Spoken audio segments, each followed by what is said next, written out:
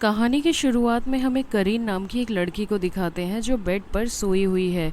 और तभी उसके सर्वेंट आकर उसे ले जाते हैं, उसे बात कराते हैं, उसे रेडी करते हैं, उसका मेकअप करते हैं और अब वो स्कूल जाने के लिए एकदम तैयार है। लेकिन करीन अभी भी गहरी नींद में ही है। तभी उसका मैनेजर आकर बताता है कि आज उसका 16th बर्थडे है और ये लोग उसे स्टेयर से ले जाकर उसे एक बड़ी सी कार में बिठा देते हैं और करीन अभी भी सोई ही हुई होती है। मूवी में आगे हम साया नाम के एक लड़के को देखते हैं जो कि बहुत ही रिच फैमिली से है। वो करीन को स्कूल जाने से पहले ही रास्ते में बर्थडे विश करते हुए एक बुके प्रेजेंट करता है। वो करीन को बहुत पसंद करता है लेकिन करीन एक दोस्त से ज़्यादा उसे कुछ नहीं समझती। स्कूल पहुंचकर करीन देखती हैं कि लड़कियां फुटबॉल मैच देख रही हैं और वहां एक नया स्टूडेंट भी एंटर करता है जिसका नाम नाओ होता है। लड़कियां उसे देखकर बहुत ही इम्प्रेस हो रही हैं।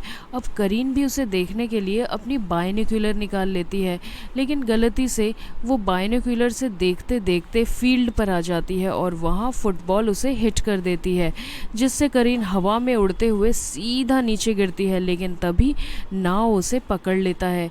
करीन जब अपनी आंखें खोलती है तो नाव को अपना इतना करीब देखकर वो बहुत ही खुश होती है और अब वो नाव को पसंद भी करने लगती है। शाम को घर में करीन का बर्थडे सेलिब्रेट होता है और उसके मॉम डैड उसको एक बहुत ही प्यारी वेडिंग ड्रेस गिफ्ट करते हैं और कहते हैं कि कल ही तुम्हारी शादी है, जिस पर करीन बहुत गुस्सा होने लगती है और वहाँ पर रखी हुई चीज़ों को इधर उधर फेंकने लगती है। तभी उसके डैड उसे लड़के की फ़ोटो दिखाते हैं जिसे देखकर वो शादी के लिए हाँ बोल देती है, क्योंकि ये नाव की फ़ोटो थी जिससे आज वो सुबह स्कूल में मिली थी। अब अगले दिन दोनों की मैरिज हो जाती है, लेकिन चर्च में दोनों की फैमिली के अलावा और कोई भी मौजूद नहीं था। नाओ चाहता था कि इस मैरिज को सीक्रेट रखा जाए। शादी के बाद करीन अपने हस्बैंड के साथ एक छोटे से घर में जाती है और वहाँ घर के अंदर से एक लेडी भागते हुए बाहर आती है, जिसे देखकर करीन डर जाती है और चिल्लाने लगती है। दरअसल ये लेडी इस घर की केयर टेकर होती है। अब मूवी में आगे हम देखते हैं कि नाओ करीन के साथ कुछ अजीब सा बिहेव करता है। नाओ करीन से कहता है कि मैं तुम्हें बिल्कुल भी पसंद नहीं करता और मैंने ये शादी केवल पैसों के लिए की है, क्योंकि मेरा परिवार बहुत ही ज़्यादा कर्जे में डूबा हुआ था। ऐसा कहकर नाओ कमरे का दरवाज़ा बंद कर देता है और अब ये दोनों अपने अपने कमरों में चले जाते हैं। इस पूरे इंसिडेंट को एक बुरा सपना समझकर करीन सोने की कोशिश करती है, लेकिन जब वो सुबह उठती है तो घर की केयर टेकर को सामने देखती है। वो बताती है कि नाओ तो कब का स्कूल चला गया है, अब तुम भी रेडी होके स्कूल चले जाओ। लेकिन करीन के लिए ये सब कुछ कर पाना बहुत मुश्किल था, क्योंकि वो बहुत ही पैम्परिंग चाइल्ड थी। करीन स्कूल के लिए तो रेडी हो जाती है, लेकिन स्कूल तक पहुंचते पहुंचते उसकी हालत बहुत ही खस्ता हो जाती है, जिसे उसका दोस्त साया देख लेता है और वो करीन से उसकी इस हालत की वजह पूछता है, पर उसे बिना कुछ बताए वो वहाँ से भाग जाती है और घर पहुँचते पहुँचते उसे शाम हो जाती है, जिस पर नाओ उस पर बहुत ही गुस्सा करता है, क्योंकि उसने घर की बहुत ही बुरी हालत कर दी थी। नाओ करीन पर बहुत ही गुस्सा करता है और अब उसे वो सब कुछ ठीक करने के लिए भी कहता है, लेकिन करीन रोने लगती है और कहती है कि उसे कुछ भी नहीं आता, जिस पर नाओ को हंसी आ जाती है और अब वो उसे रोज़मर्रा के बेसिक काम सिखाने शुरू कर देता है। धीरे धीरे करीन भी इन कामों में परफेक्ट हो जाती है। एक दिन इन लोगों को रियलाइज़ होता है कि इनकी सेविंग सब ख़त्म हो रही है। ऐसे में करीन अपने डैड को कॉल करती है।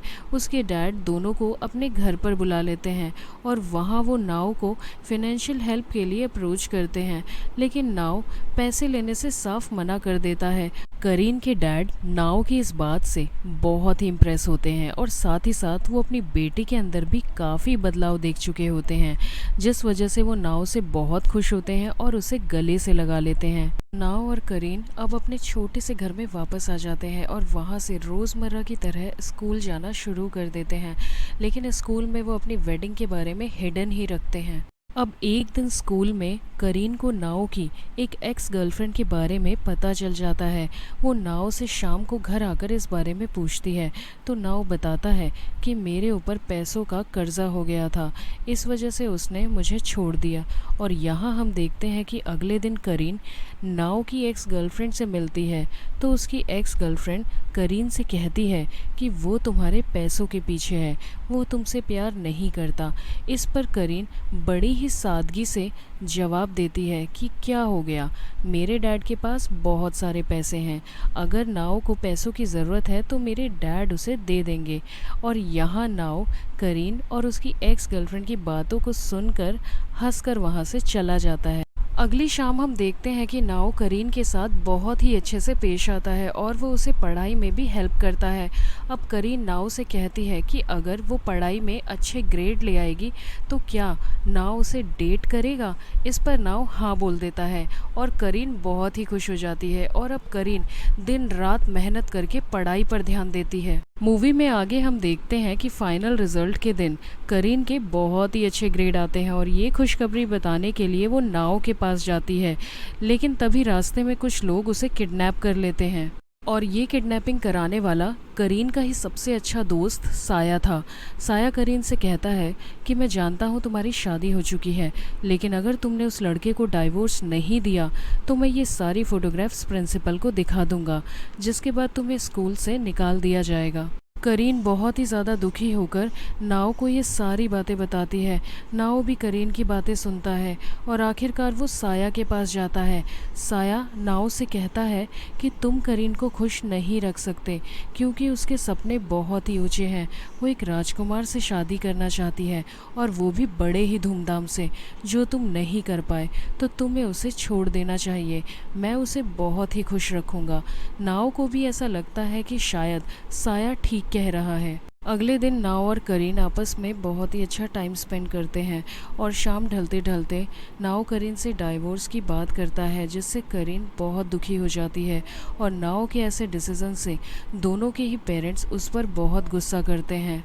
अब आगे हम देखते हैं कि साया करीन को अपने साथ डेट पर लेकर जाता है और बहुत ही आलीशान तरीके से उसे प्रपोज़ करता है, उसके साथ टाइम स्पेंड करता है।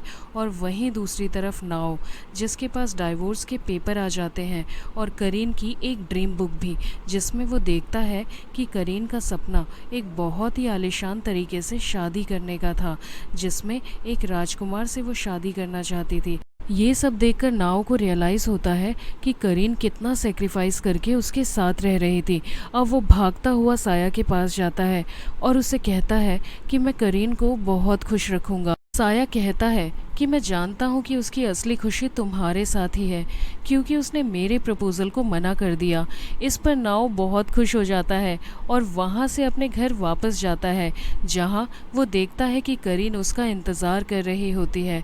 और अब ये दोनों एक दूसरे को गले लगाते हैं और किस करते हैं और इसी के साथ ये मूवी यहीं एंड हो जाती है। सो फ्रेंड्स, अगर आपको ये एक्सप्लेनेशन पसंद आया हो तो प्लीज़ मेरे चैनल को सब्सक्राइब करें। तो मिलती हूँ अब आपसे अगली वीडियो में, तब तक के लिए bye bye and take care.